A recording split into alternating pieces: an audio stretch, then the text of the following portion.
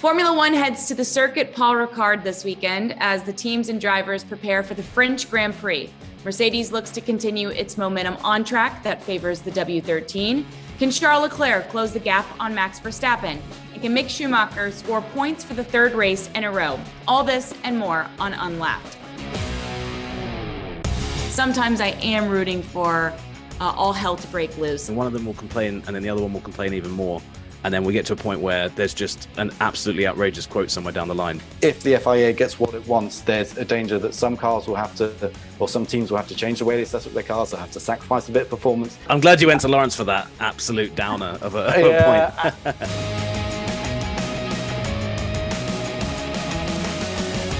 Welcome to the Unlapped ESPN F1 show. I am Katie George, he's Nate Saunders, and that's Laurence Edmondson. And if you're joining us, then we're all here getting ready for an exciting weekend of racing. I believe we're in uncharted territories in England right now, guys. Is that true? Are you both surviving the heat? Are you staying hydrated, I hope?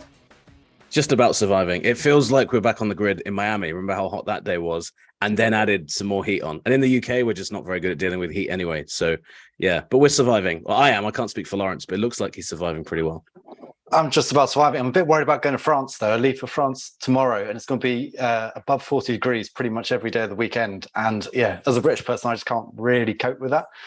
But, yeah, fingers crossed it all kind of goes to plan and we don't have some kind of heat-induced like problems with the cars as well. Well, your plants behind you look like they're thriving from the sunlight. So that's good. Make sure you both pack plenty of water and stay hydrated because it's sure to be a hot weekend, which could make for fun racing. Before we get started, remember, if you're watching on YouTube, like this video, leave a comment, and don't forget to subscribe to ESPN for more F1 content. If you're listening, hit us with a 5-star review wherever you get your podcasts. And it's time for us to get into it. Before we start and we dive into the French Grand Prix, I know as race weekend becomes closer and closer, we see more headlines, more newsworthy stories. Is there anything that you guys have been interested in or garnered your attention over the last couple of days? Well, there's a few quotes going around from Toto Wolff suggesting that Red Bull and Ferrari are making F1 boring now because they're too far ahead.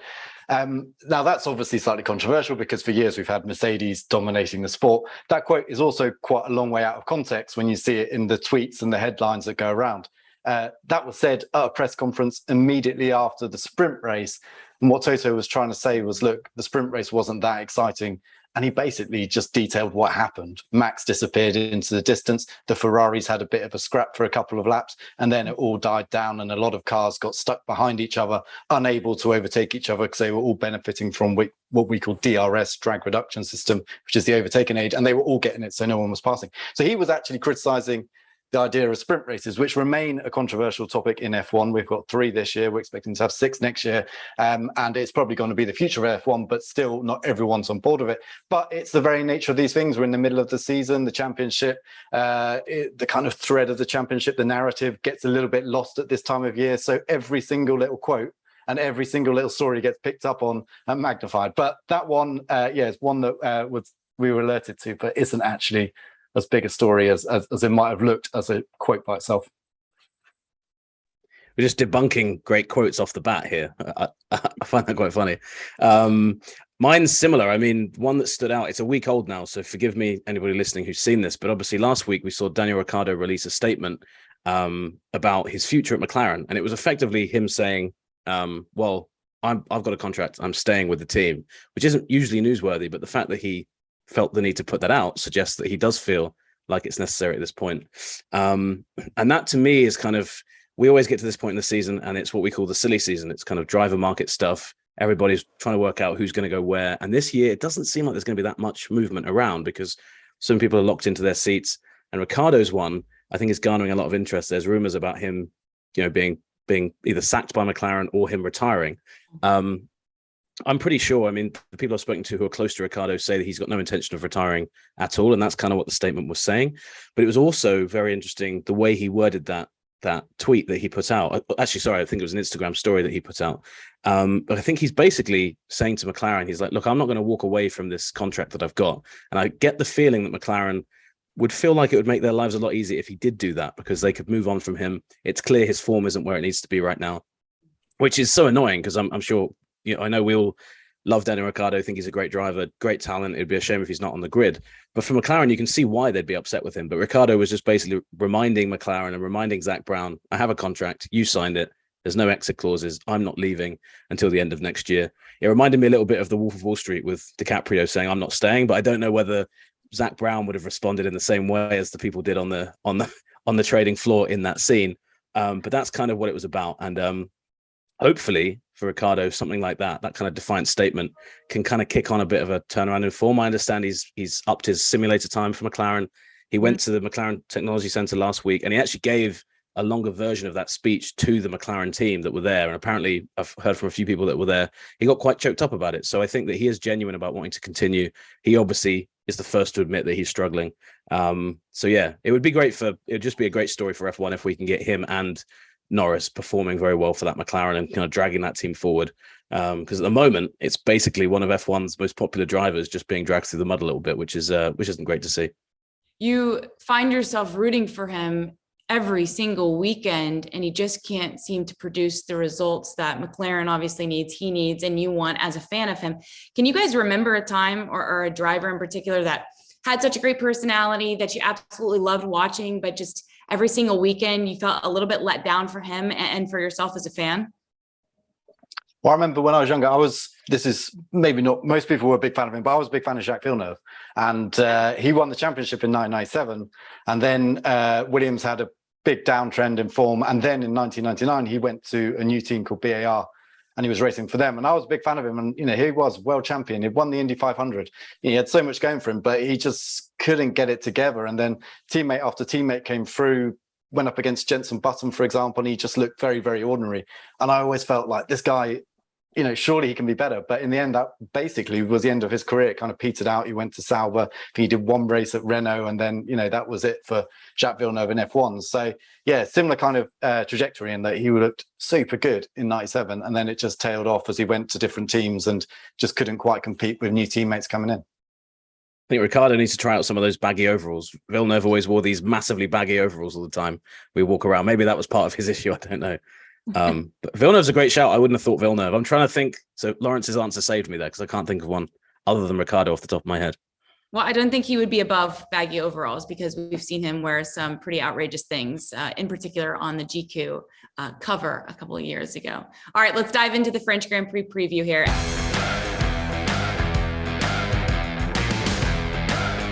Can we discuss what is probably the greatest trophy in sports? For those who haven't seen it, Laurence, can you at least just describe the trophy for the French Grand Prix, and then we can discuss it further?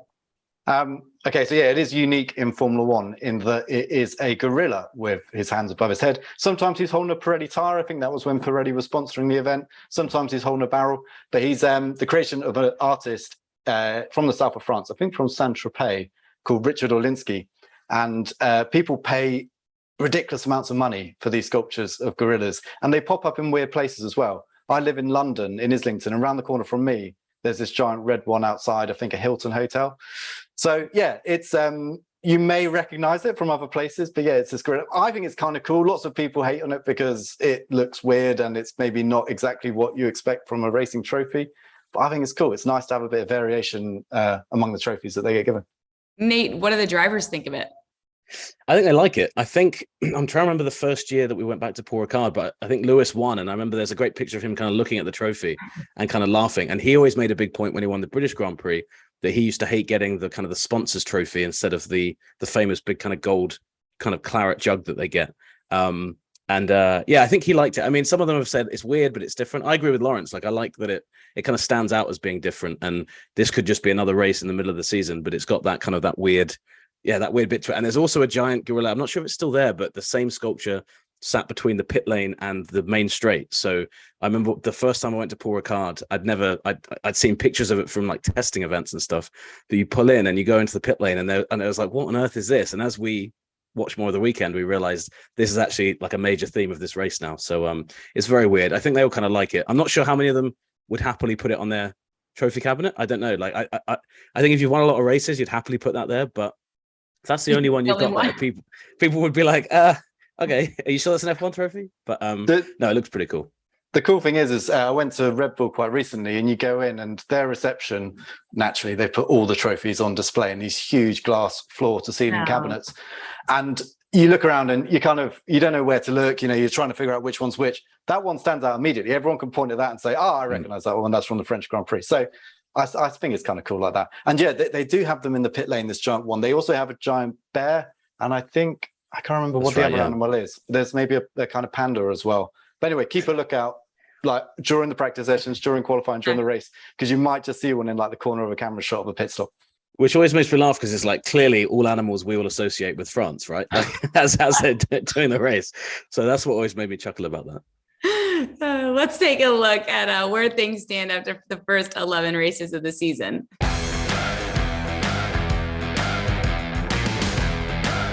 All right, here's a look at both the driver standings and the constructor standings heading into the French Grand Prix.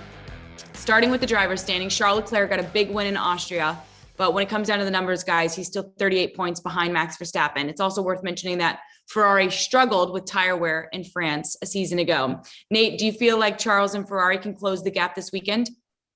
Maybe not necessarily this weekend, but I think that they should feel a lot better about their chances now that Charles has got that win. And it does seem like a lot of points, but all it takes is one race where Verstappen doesn't finish and Charles wins, and suddenly that's a really small lead that he's got. So while we're in that kind of margin of error, I think they're in a good position. You're right about the tyre issue here last year. They really struggled last year, Ferrari, at this event. And but I think the key for them at these weekends is if we're losing to Max, we have to make sure we're finishing second to him. Make sure that it's, it's a small gain that he's getting, and keep him in that kind of that retirement window if they can move forward. But this weekend might be a stretch, but I mean, for the championship's sake, I hope it's not. I hope that Ferrari can make a huge gain here and keep it interesting, because going to the summer break is when, if there's a huge gap at the front, you kind of go into the summer break a little bit deflated. We've obviously got Hungary after this race, but you can kind of get a sense of where the championship is at that point. Lawrence, do you feel like there's still tension possibly within Ferrari's team, or do you think that they've moved past that going into France? I feel like there was a bit of tension after the sprint race in Austria, because there was a situation where you had the two Ferrari drivers behind Max Verstappen. Obviously, Charles Leclerc is the closest to him in the championship, so was trying to catch up with him. But at the same time, he was facing a challenge from Carlos Sainz's teammate, who's even further back in the championship. And we saw how much Red Bull would prioritize Verstappen over Perez. We saw that in Spain. Perez was asked to move over to let Verstappen take the victory. And you feel like if Ferrari are going to close this gap in the Drivers' Championship, at least, they're going to have to orchestrate it a bit. At times when Charles is struggling a little bit, they're going to maybe have to ask Carlos to support him rather than attack him. And so I feel like there's a little bit of unease there, not least because Charles Leclerc could have an extra, I worked it out the other day on kind of a rough estimate, about another 72 points had he not had problems with his strategy, problems with reliability over recent races. And it really happened in this concentrated block of 5 races. So, there was a time when we were 3 races into the season in Australia and Charles Leclerc had won 2 of the first 3 races, and Max Verstappen had 2 retirements, and Leclerc was over 30 points ahead. And we were all saying, well, maybe this championship's over already.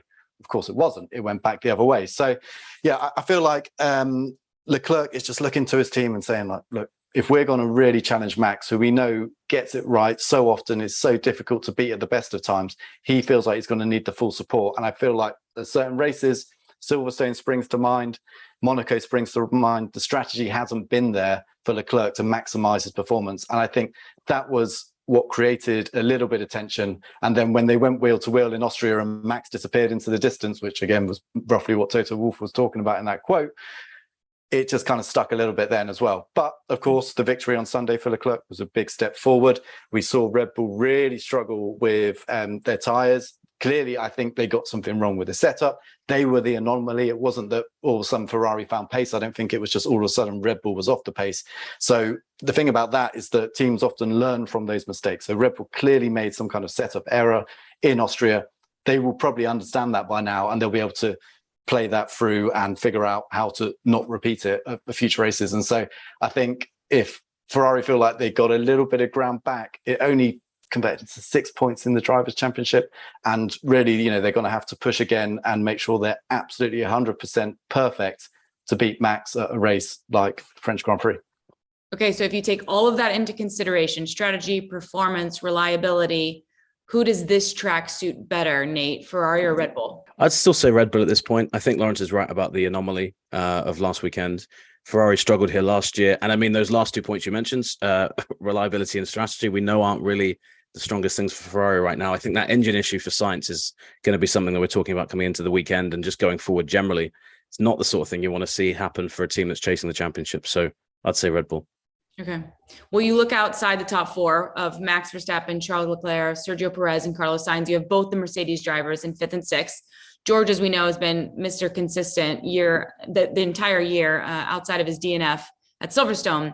But Lewis, I think we can agree, has gotten faster and faster with each week. You know, this French track is very similar to Silverstone, where Mercedes thought that they possibly could have been the second quickest on the grid that weekend. So, Lawrence, is this a weekend we could finally see Lewis Hamilton get a win? Yeah, I think for a long time, Mercedes were aiming at this race as one to make a breakthrough, because in Spain, they bought a brig update, which solved a lot of their early season problems. Then they went to tracks with bumps and they struggled with different issues. Then they kind of got their head around that. And then they went to Silverstone and they felt they were going to be competitive. But they had their eyes a little bit on the French Grand Prix as one where maybe they could really take the fight to Red Bull and Ferrari. I still think on the basis of what we saw the last 2 races in Austria and Silverstone, sure, they made steps, but they haven't quite completely closed the gap. So it's going to require something a little bit strange to happen. But as I was talking about earlier, 40-degree heat, you know, that is really, really hot. And we've seen that the Mercedes has struggled sometimes to get the tyres turned on for a single lap. So that's why we've often seen them struggle a bit in qualifying relative to race pace. But the counter side to that is that over race, they can just eke the life out of those tyres. It's a little bit easier on the tyres of the car when it's set up properly, which they've struggled with a few times. But if they can find that setup, that sweet spot, you kind of feel that with a little bit of strategy, even if they're starting 4th or 5th, you know, they might just be able to work their way back into the race. I think a victory against, you know, Charles and Max when they're on their top form with no problems is probably a step too far. But yeah, there's a little bit of hope there for Mercedes. I think Katie just wanted a yes there, didn't you, Katie? That was a straight up yes, Lewis can win. I could feel that. I didn't quite get it, but he said maybe if something happens. Sometimes I am rooting for all hell to break loose up front so that Lewis can gain a couple of positions. Alas, I'm not always rooting for that, but just sometimes. You mentioned the heat. Obviously, weather plays a big factor in terms of strategy. Is heat just as difficult to manage as rain and switching onto those kind of tires, wets, or is heat actually easier to manage, Nate? I think it creates a whole different set of problems. I mean, the tires, obviously for wet conditions, you have tires that are bespoke for those conditions, and tire management. I mean, it's half of what they talk about on the radio, and finding that sweet spot for tires. You know, they're talking about that effectively they're trying to find the optimal heat window for those tires. So obviously temperatures like we're seeing at the moment in Europe don't really help you with that. One thing that they do struggle with, and you get this more when you get to Singapore and stuff like that, but it's easy to forget these guys also are just human beings driving in cars, and they'll sometimes get out of these cars and they're absolutely like sweltering. They're in these giant race suits. I think the French Grand Prix, if I'm not mistaken, one of the first ones was when I think it might have been Kimi went without his drink for a little bit and was basically racing the entire way around. I might have completely put that race in the wrong place, but it's a sort of race basically where you don't want that to happen. So I'm pretty sure that they would rather be out in a much cooler venue. But from a car performance point of view, you talk about these cars, they overheat in any kind of situations. You've got brakes, you've got tires, you've got your engine, etc. So for the engineers and for the drivers, it's an absolute nightmare trying to keep everything on an even keel. All right, so you got Lando Norris, Esteban Ocon, Valtteri Bottas, and Fernando Alonso, who round out the top 10 drivers respectively. But it's the Alpine drivers I think I want to take a look at, and as we shift our focus to the Constructors' Championship. You know, it's a home race for Alpine this weekend in France. Both drivers have been really impressive throughout the entirety of this season. Ocon and Alonso are both coming off of a double point finish in Austria. And, you know, they got more points from a 5th place finish in Silverstone. So they now sit even with McLaren at 81 points in the constructors. We've chatted about how important this championship is for the teams in a previous episode. So how realistic is it, Lawrence, for Alpine to move into that 4th place spot in front of their home support this weekend? Yeah, I think that's very possible because we've seen Alpine have made steps with their car, visible steps as well with upgrades, especially to the upper bodywork, kind of mimicking the Ferrari a little bit. They've taken strides forward, and McLaren have really struggled. And of course, at the moment, McLaren is their main rival in the championship. So I could really see that happening. Yeah, and it's a place that Alpine should be up. We should never forget that they've got their own engine supplier in Renault. That's a factory team, so it should be on the same levels as your Red Bull, Ferrari, and Mercedes. In theory, they often struggle to get there, but every step is, it's a little bit of progress that they need. But you're right; those two drivers are two of the best, in the sport. I mean, certainly Fernando needs no introduction, really. Two-time world champion, consistently gets the best out of the car. He often claims that each race is the best race he's ever done. And we've seen Fernando do some brilliant races in the past. Whether you agree with him on that is another matter. And then Esteban, I think, is maybe one of those slightly underrated drivers from that generation and a real fighter, a guy who kind of come from nothing. If you've watched the Netflix episodes around him, you'll see what that guy's all about, and faced some real difficulties in his career when he was chucked out of Racing Point because Lawrence Stroll bought the team and put Lance Stroll in his position. And so I think now we're seeing that, he's got potential, and of course a race winner for Alpine last year in Hungary. So the ingredients are there. It's just like getting it in the right place. And while I think fourth in the championship is obviously what they're aiming at the moment, I think long term, really that team should be maybe punching a little bit higher than that. But they've got to take each step at a time. And at the moment, they're making good steps.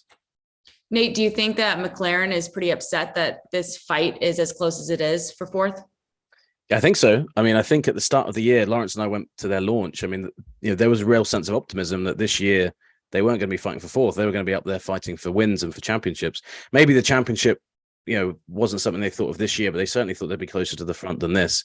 And I think that's, to go back to the Ricciardo point, I think that's one of the things that's really frustrated them about that is if you compare his points all to Lando, Ricciardo underperforming has really dragged them back into this fight with Alpine. They could be well clear of that, or at least have a bigger points buffer. So, yeah, I don't think that they wanted to be here either. And it does feel, Alpine v McLaren right now does feel like the fight between two sleeping giants. They're fighting for fourth position, which, it's hard to get super excited about as a fan. But for those two teams, I think Lawrence is absolutely spot on that these guys want to be so much further up than this. And kind of this season and the next season is really going to dictate how much closer up to the front they can get. So yeah, McLaren's certainly not happy about it. I'm not sure if Alpine would be either, because they always targeted this regulation change as being a time when they could really jump to the front. But I think that McLaren came into the year with more expectations. So yeah, I think again, going back to the Ricciardo situation, one of the things you're seeing there is Zach Brown is having a lot of these, McLaren have so many shareholders who have a lot of power, a lot of power and influence about how that team is run. And I think he's now having to answer them and say, well, yeah, we're not actually performing as we said we would. So yeah, not the best time for McLaren. Better than it was a few years ago, but that's hardly saying anything. Fair enough. Well, another team we've seen kind of creep up the constructor standings over the past few weeks is Haas. Mick Schumacher had to wait 31 Grand Prix to score his first points, but now he's had back-to-back races where he's finished in the top 10. So it looks like he's finally gained his confidence after what was pretty rocky start, I think is fair to say, to 2022. So do we expect, Lawrence, another good performance out of Haas and Schumacher this weekend? I think so.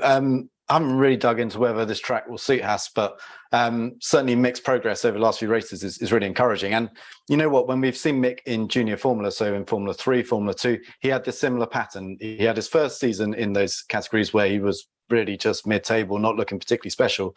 Then in his second season, at one point, he'd just get it all together. And all of a sudden, he'd be getting these amazing results together and went on to win those championships. Now, he's not going to win the F1 championship, but he is getting to a point now where he's doing what he should be doing. He's scoring points in a car that's capable of doing that. Meanwhile, Kevin, I think, continues to be a very solid, very good person for him to measure himself against. The interesting thing about Haas is that they haven't really brought any upgrades. We've talked about upgrades on the Alpine, to some extent the McLaren, the Aston Martin, certainly all these rival teams that Haas is fighting against, and yet their car hasn't really changed a huge amount from the start of the season. Originally, they were talking about the French Grand Prix as an upgrade. I think it might have actually been pushed back a little bit now, but we'll have to wait and see what they've got in the car. We get to see them for the first time on the Friday, we get a little poke around, see what's new, and we'll take a look and kind of tweak pictures if we find new parts in it. But we're hoping that Haas have got something over the next few races that will allow them to continue to get the results they've been getting recently. But to your point, it's a bit uncommon not to see upgrades at this point of the season. So why haven't they brought upgrades? Is that a monetary issue? Is that just purely their perspective on what they think is best at this point? I think fundamentally it's money. Yeah, we talk about these top teams being restricted by the budget cap. Well, Haas isn't even going to reach the budget cap, unless inflationary pressures take them there, but they weren't certainly planning to reach a budget cap at the start of the year. So they're operating on a smaller budget, which means they have to be much more careful about where they spend their money. They have to be very selective. But it's also a strategy as well. We've seen that with the difference between Ferrari and Red Bull this season at the front of the grid. We've seen Red Bull bring lots of upgrades, small bits sometimes, and then sometimes slightly bigger bits, whereas Ferrari will sometimes go a couple of races and then bring something big. It will make a difference in performance, a noticeable one, and then we'll see them flatten off a bit as Red Bull continues to creep up, and then Ferrari bring the next big upgrade. So yeah, there is strategy to it as well. And you've got to remember is that the way that Haas is working at the moment, basically their whole design office is working out of Maranello. We should say not with the Ferrari engineers, because that would be breaking the regulations, but they're working to a similar kind of mindset. There's people that have worked in the same structure at Ferrari before, who are now working specifically for Haas. And so I don't think it's a surprise to see that those two teams are taking a similar approach, which is go a few races without upgrades, then bring a big one, go a few races without. The only difference being that Haas's budget means that they go a few more before each upgrade comes in. I think Mick is a good example of just how quickly the narrative can change. I mean, it was 2 months ago where we were seeing him wreck the car for $1 million worth of damages. And we were having a conversation of, does Haas continue on with Mick, or is it worth it? And now he's obviously producing points. 31 Grand Prix. That's how long it took for him to finally get into the points. Is that kind of the standard in terms of a young rookie coming into this sport at this level, and it just takes them that kind of time to find their way? I think so, but I think it shows you as well. Haas would never say that they enjoyed last year. They had a terrible car that was way off the pace, but I think that Schumacher effectively had a year where he was able to learn F1 in a car that no one expected him to get out of Q3, score points. And I think that had he been in this car last year as a rookie, and Kevin or whoever his teammate was, in this hypothetical situation, was scoring points regularly, I don't think the patience would have been there for a whole season. So I think that a lot of the time with rookies or with drivers that get a chance in a big car, circumstances are everything, and the context around the car is everything. But Laurence is right. Mick's kind of famously been quite a slow learner, or at least someone who's slow to maybe get up to pace. And we asked him, Laurence and I both went to his media session in Austria on Thursday, and I asked him, I said, we can stop asking you that question now, but when your first points are going to be, it must be a relief. And he kind of said, he knew he could do it. He knew he had it in him. And once you tick it off, he did seem a bit more relaxed about things. So I think he's been fortunate in that. But again, it shows you that sometimes patience is a good thing for a rookie. So hopefully going forward, a lot of other teams can look at him and say, well, look, if we give this guy an opportunity, let's not immediately kind of get ready to throw, to discard him from F1, because I think Mick did come fairly close to at least have like the team having that discussion about him. But yeah, he's gone about it the right way. He's been pretty professional, and he's just kind of got his head down. And I think that the Kevin point is a really good one. In Austria, Kevin basically just let Mick past him, and he said, "Look, I knew Mick was faster on the day, didn't want to get in front." And I think if you'd had the same dynamic as Mick and Mazepin last year, Haas might have been in trouble where they're both kind of fighting for their careers a little bit. So yeah, Mick's in a really good position now, I think, to thrive a bit more, and hopefully he can build on that. All right, let's hit a technical note real quick, because I think this was originally supposed to be the race weekend where the FIA planned on monitoring the floor flexing. But I believe, Laurence, that they have since pushed that back. So where are we with the FIA making sure that the car is a little bit more safe?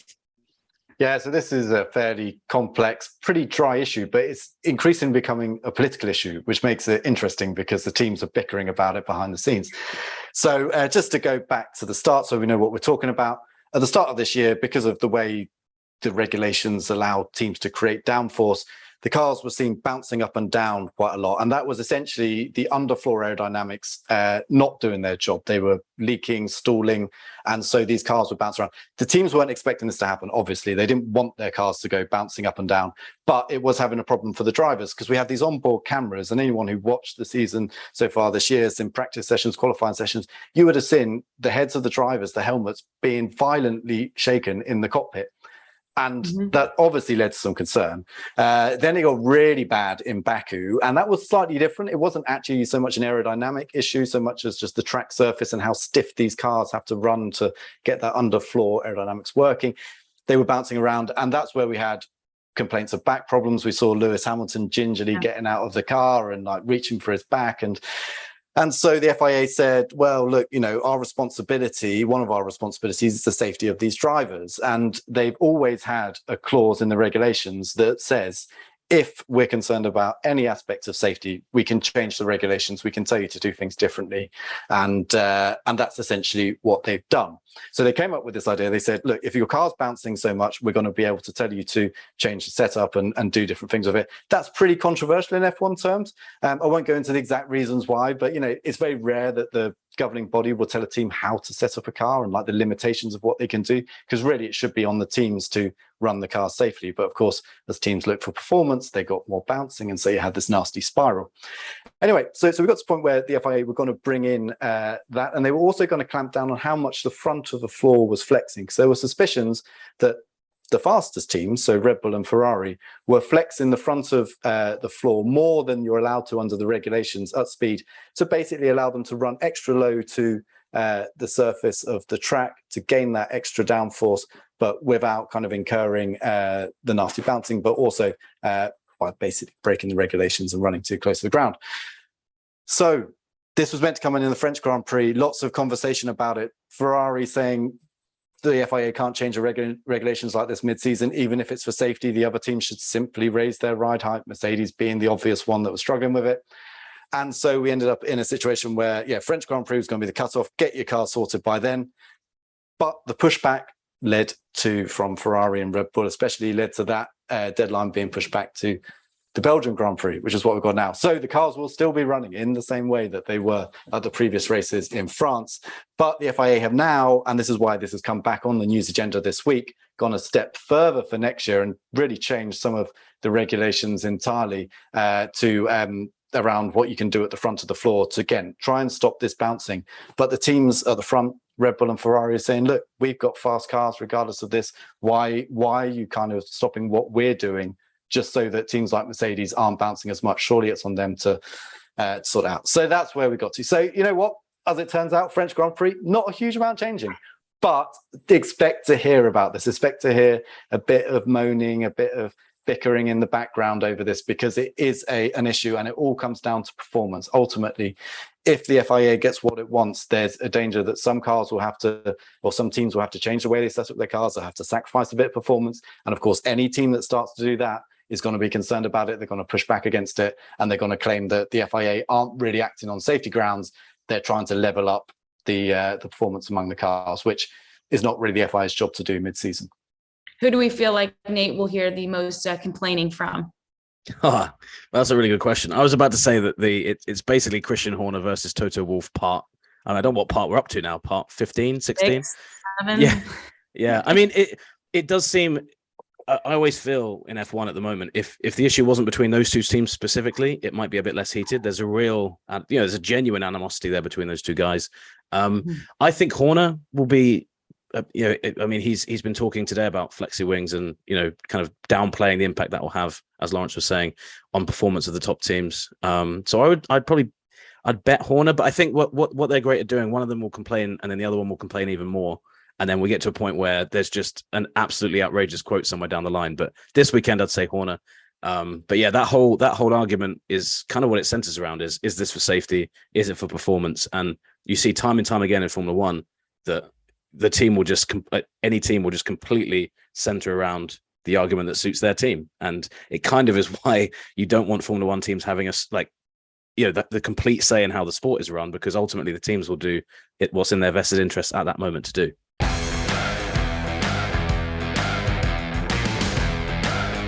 All right, well, let's shift our focus to the circuit. The circuit Paul Ricard has 15 corners stretching over 3.6 miles. That is 5.8 kilometers for those of you who are working on your conversions like me. And the drivers will hit 53 laps. So Nate, Lawrence, it sounds like this track is pretty similar to Silverstone in terms of smooth surface and fast corners. For the fans that are watching F1 for the first time this year, Lawrence, break down the track for us. What can we expect? Well, unfortunately, it's often produced pretty dull racing. That's what goes hand in hand with Paul Ricard. I'm glad you went to Lawrence for that absolute downer of a point. And also because it was formerly a test track, so it was never in its current configuration. It was never really designed for racing. You've got these huge runoffs, so big areas where if a driver makes a mistake, they just get out of jail free card. They can even cut a corner and rejoin and all this kind of stuff.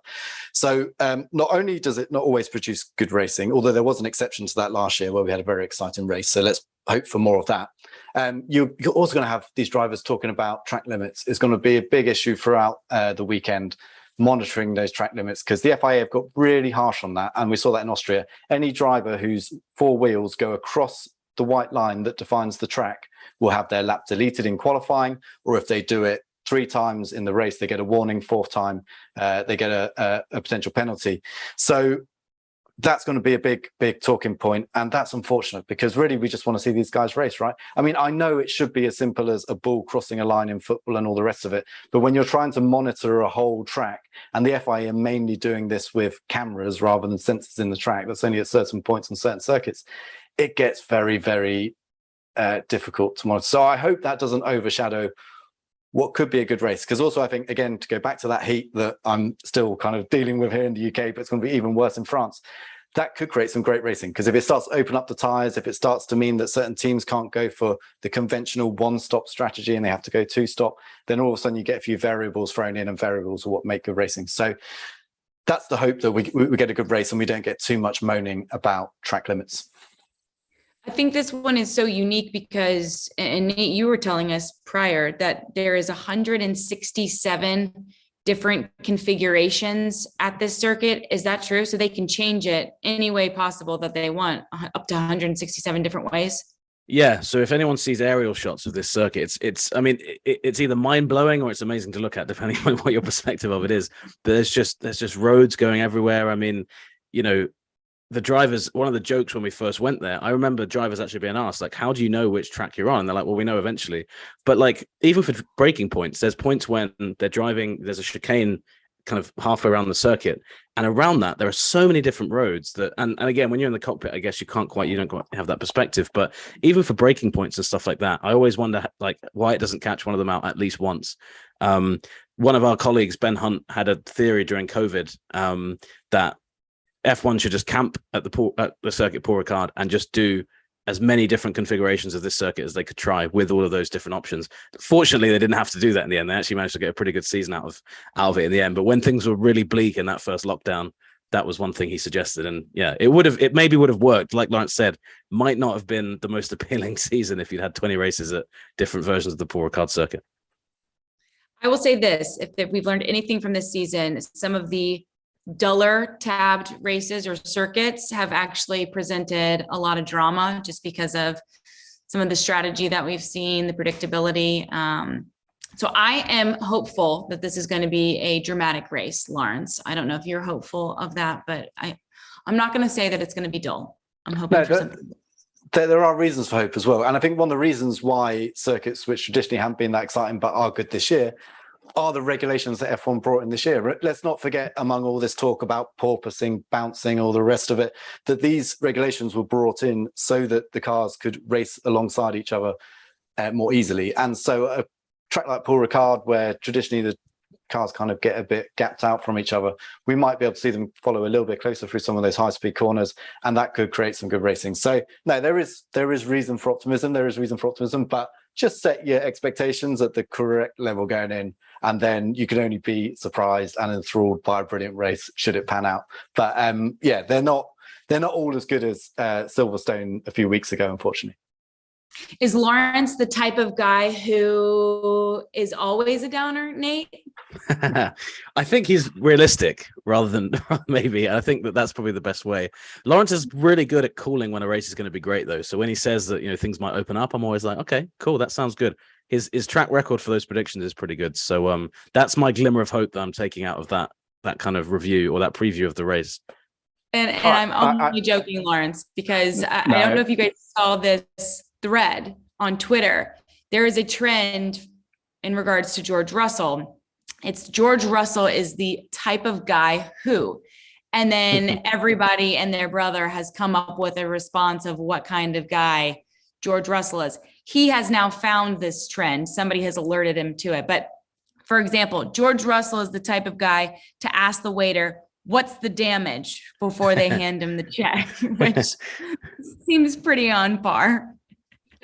Yeah, one of my favorite ones is George Russell is the type of guy to slap his thighs and say, right, before getting up to leave the house. I mean, it's just like, I think it's because George has this slightly old man kind of element to him. That's a bit harsh probably, but you know what I mean? He's so mature, like beyond his years of mid-20s, that you sometimes look at him and you're like, come on, George, you should just be, I don't know, more chilled out about things. But we talked about this in the episode when we went through each of the drivers' traits and his personalities. And it's actually a really good trait because it means that he focuses so much on so many little details. And that's why he's got to where he is today, which is driving for Mercedes and Formula One. But it is funny, like some of those are just so spot on and you can just imagine him doing it. Well worth checking out the Twitter thread if you can. I like when... George Russell is the type of guy to say, I'm just going to squeeze right by you when trying to get through a crowd. Yeah, that was the one I was about to read as well. And then someone said to him, he's the sort of guy that would say, how's the weather up there, to a taller person, to which he replied, that's actually what people say to me a lot. So I like that he's embraced it and he's seen the funny side of it as well. Yeah, he's definitely mature. That's a good way. That's a positive spin on it. Old soul for sure.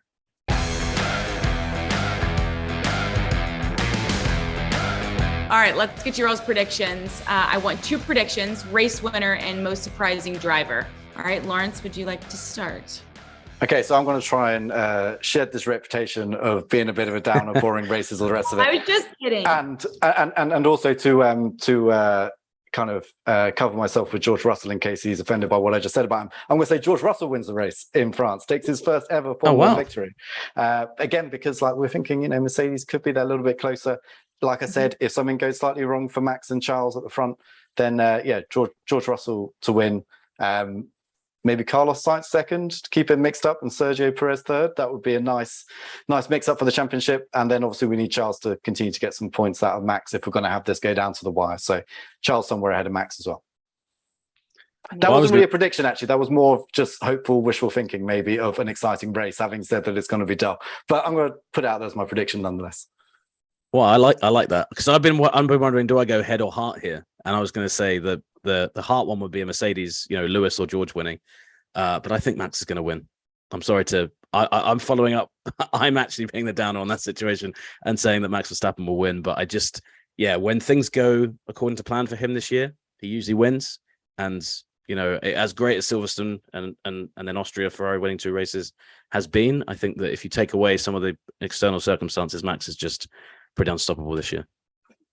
I'll go heart, Mercedes with the win. I think the most surprising driver is going to be Pierre Gasly. I think he's going to do really well in his home race. All right, now who do you think will have the most surprising performance this week, Lawrence?